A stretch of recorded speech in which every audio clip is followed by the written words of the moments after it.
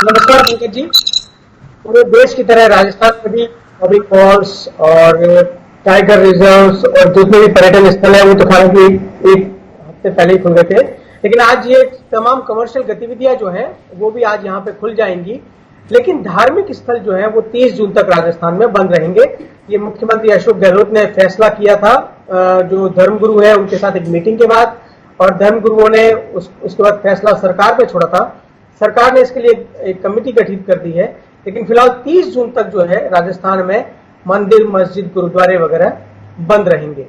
और वैसे जो लॉकडाउन में के बाद अब ये जो अनलॉक में होटल्स और ये सब खुल रहे हैं, उसके लिए राजस्थान का बड़ा महत्व है, क्योंकि इसका बहुत नुकसान हुआ था। टूरिज्म राजस्थान की बहुत बड़ी अर्थव्यवस्था का एक भार संभालता है और यहाँ पे बहुत बड़ा नुकसान हुआ था। लेकिन अब ये जो खुल रहा है तो उम्मीद है कि राजस्थान में ये सेक्टर और इसके साथ साथ अर्थव्यवस्था पटरी पे आएगी। करीबन 11,000 होटल हैं पूरे प्रदेश में और 800 से ज्यादा शॉपिंग मॉल हैं। 50 लाख लोग आज जो ये तमाम सेक्टर खुल रहा है उससे जुड़े हुए हैं। इससे अच्छी बात ये हुई कि जो टाइगर रिजर्व्स हैं सरिस्का, रणथंभौर के, वो भी खोल दिए गए थे और उससे भी पर्यटकों के आने की उम्मीद है, क्योंकि 1 महीने तक ये पर्यटन स्थल खुले, टाइगर पार्क खुले रहेंगे। उसके बाद मानसून में ये 3 महीने के लिए बंद हो जाते हैं। तो ये जो मॉल वगैरह खुल रहे हैं तो इन पे आज क्या किस तरह की गतिविधि और दिख रही है हमको, इस पे हम बात करते हैं हमारे संवाददाता राम स्वरूप से। वो शहर के कुछ मॉल्स वगैरह में घूम के आए हैं और उन्होंने लोगों से बात भी की है। राम स्वरूप, क्या आज जो ये 2.5 महीने बाद मॉल्स और होटल्स वगैरह खुले हैं तो किस तरह की गतिविधि देखने को आ रही है? क्या चहल पहल है या कम है?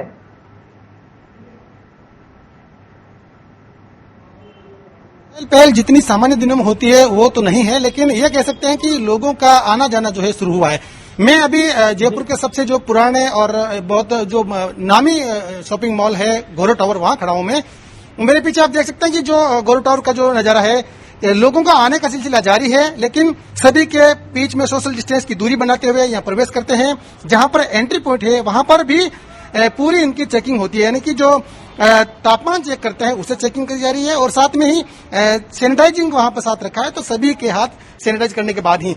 सबसे बड़ी बात यह कि जो शर्तें बताई गई है कि सभी को मास्क पहनना अनिवार्य है, तो आप देख सकते हैं कि जितने भी लोग यहाँ प्रवेश कर रहे हैं सभी के मास्क लगे हुए हैं और जिनके मास्क नहीं लगे हुए हैं वो यहाँ पर मास्क खरीद रहे हैं, क्योंकि कुछ बंदे हैं जो यहाँ पर मास्क बेचने के लिए यहाँ पर आए हैं, खुद मास्क लेके आए। तो यहाँ पर जो लोग घर से मास्क लेके नहीं आ पाए हैं वो यहाँ पर मास्क ले सकते हैं। मास्क गौरव टावर की तरफ से भी यहाँ पर इनके पास मास्क अवेलेबल है, लेकिन कुछ लड़के, कुछ ऐसे बॉयज हैं जो बाहर जो है मास्क बेच रहे हैं।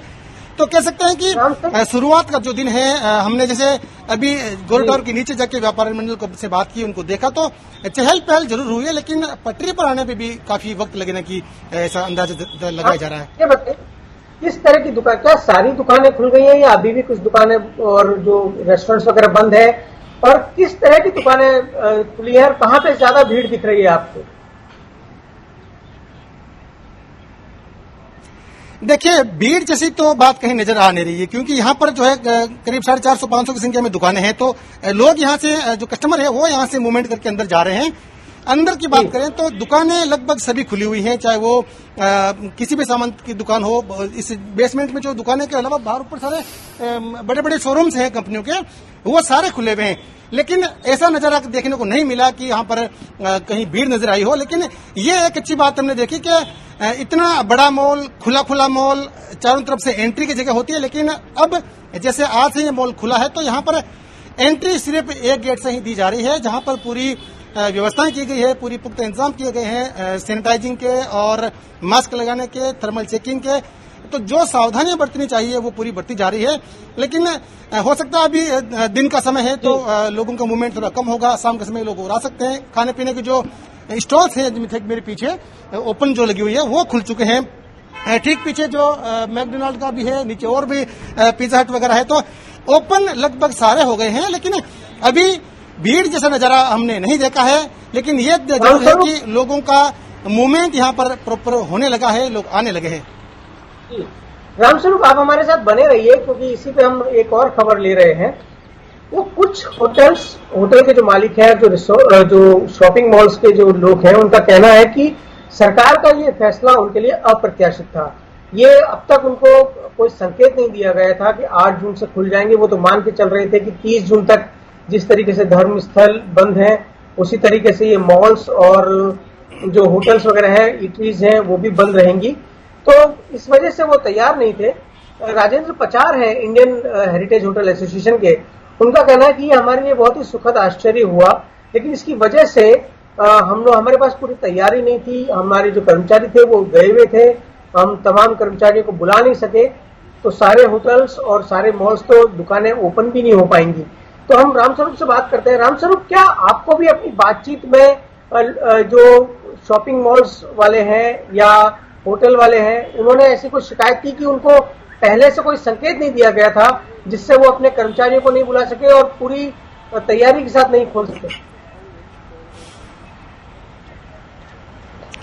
देखिए, ये बात सही है कि जब लॉकडाउन चाहे 4 हो चाहे लॉकडाउन 5 शुरू हो, तब किसी भी तरह के शॉपिंग मॉल्स, क्लब, होटल्स और जो धार्मिक स्थल है, उनके बारे में जो है साफ तौर पे कहा गया था कि फिलहाल नहीं खोले जाएंगे। जिस तरह से 1 जून से जो लॉकडाउन नया शुरू हुआ था, लॉकडाउन 5, जिसे अनलॉक फर्स्ट कह सकते हैं, तो उसमें उस समय ऐसी पूरी तरह से संभावना बताई गई थी कि आगामी 30 जून तक कुछ नहीं खुलेगा।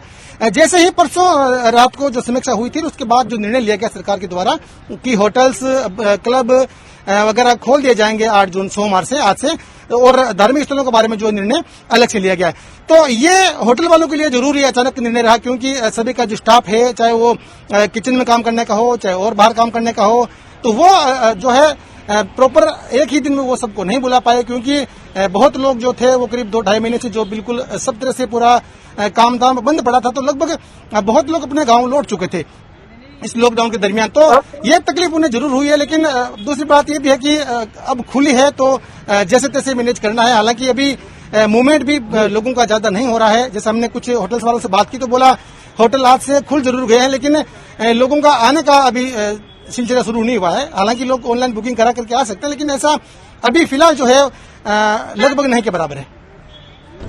रामस्वरूप, आपका बहुत बहुत शुक्रिया इस तमाम जानकारी के लिए। और अब बढ़ते हैं अगली खबर की तरफ। राजस्थान में अनलॉकिंग 1 के फेज में हम हैं। ये दूसरा फेज है, क्योंकि 1 जून से खुला था और आज 8 जून से दूसरा फेज है। लेकिन कोरोना का कहर जो है वो बढ़ता जा रहा है। कल हमने देखा, कल रात तक 262 नए रोगी आए थे और 9 मरीजों ने दम तोड़ा। जोधपुर में फिर से एक तरह से विस्फोट हुआ है, वहां 81 नए मरीज मिले। और आज अगर हम सवेरे जो बुलेटिन जारी हुआ है, उसमें पूरे प्रदेश में 97 लोग और कोरोना पॉजिटिव पाए गए हैं और आंकड़ा अब बढ़कर 10,696 हो गया है। अगला बुलेटिन रात को 8 बजे आएगा, तब देखना होगा कि फाइनल टैली क्या होगी। लेकिन अब निरंतर जो पहले 100-125 बनते थे, उससे बढ़ते बढ़ते अब 250-300 मरीज रोजाना राजस्थान में आ रहे हैं। और अगली खबर लेते हैं हम। ये खबर है टाइम्स ऑफ इंडिया की। हमने कई जगह देखा है, कई ऐसे वीडियोस वगैरह आए हैं, खबरें आई हैं, जहां पे कि कहा गया है कि मुस्लिम वेंडर्स को कॉलोनी में प्रवेश नहीं करने दिया जा रहा, या किसी डॉक्टर ने कहा है कि मुस्लिम पेशेंट्स का इलाज ना किया जाए। और ऐसा ही कुछ चूरू के एक प्राइवेट हॉस्पिटल में हुआ है। वहां पे सोशल मीडिया पे जो लोग आपस में बातचीत कर रहे थे, हॉस्पिटल का स्टाफ, वो वायरल हुआ और उसमें ये कहा गया है स्टाफ द्वारा कि मुस्लिम पेशेंट्स को अटेंड ना किया जाए। और जब ये वायरल होने शुरू हुए मैसेज, तब किसी ने पुलिस में कंप्लेंट की और उसके बाद जो है वो हॉस्पिटल के उच्चाधिकारी ने माफी भी मांगी है। लेकिन ये बहुत दुखद है कि इस तरह की घटनाएं हो रही हैं कि ऐसे समय में, जो कि मानव त्रासदी का इतना बड़ा संकट है, मानव त्रासदी है, उस समय लोग धर्म और जाति के आधार पर यदि फर्क करने लगे, वो भी चिकित्सा जैसे पेशे में, तो ये बहुत दुखद है। उम्मीद है कि इस पे पुलिस गहन छानबीन करके कार्रवाई करेगी। और अब बढ़ते हैं अगली खबर की तरफ। केरल के मुख्य सचिव जो है वो राजस्थान के मूल निवासी हैं, डॉक्टर मेहता है। और डॉक्टर विश्वास मेहता वहां पे हाल ही में चीफ सेक्रेटरी नियुक्त हुए और उन्होंने केरल की जो तारीफ की जा रही है कि उसने जिस तरीके से कोरोना से डील किया गया, उसमें बहुत बड़ा हाथ डॉक्टर विश्वास मेहता का माना जाता है। उन्होंने एक तो प्रवासी मजदूरों को अतिथि श्रमिक कहा, प्रवासी मजदूर नहीं कहा। उन मजदूरों को उनके पसंद का खाना खिलाया गया, उनका 200 रुपए तक का मोबाइल रिचार्ज करवाया गया ताकि वो अपने परिवार से संपर्क में रह सके, और 5 लाख से ज्यादा ये जो मजदूर है उनके लिए कुटुंबश्री नाम से कम्युनिटी किचन उन्होंने चलाई थी, और इसलिए उनकी बहुत तारीफ की जा रही है। और केरल को भी माना जा रहा है एक मॉडल स्टेट के रूप में, जिस तरीके से उसने प्रवासी मजदूरों या अतिथि श्रमिकों का मसला हैंडल किया है। डॉक्टर मेहता का कहना है कि मैं चाहता था कि मजदूर संकट के समय सैकड़ों मील दूर रह रहे अपने परिजनों को खैरियत की खबर दे सके, इसलिए हमने उनका मोबाइल रिचार्ज करवाया और कॉल सेंटर में ऐसे कर्मचारियों को तैनात किया जिनको कम से कम 6 भाषाओं का ज्ञान हो। तो यदि प्रशासनिक अधिकारी यदि चाहें तो इस चीज को, जो लोगों को मदद पहुंचानी है, मानवीय तरीके से उस पर काम कर सकते हैं। और अब अगली खबर, ये एक राजनीतिक खबर है। राज्यसभा चुनाव की जैसे ही घोषणा हुई है वैसे ही बीजेपी का कांग्रेस तोड़ो अभियान शुरू हो गया है।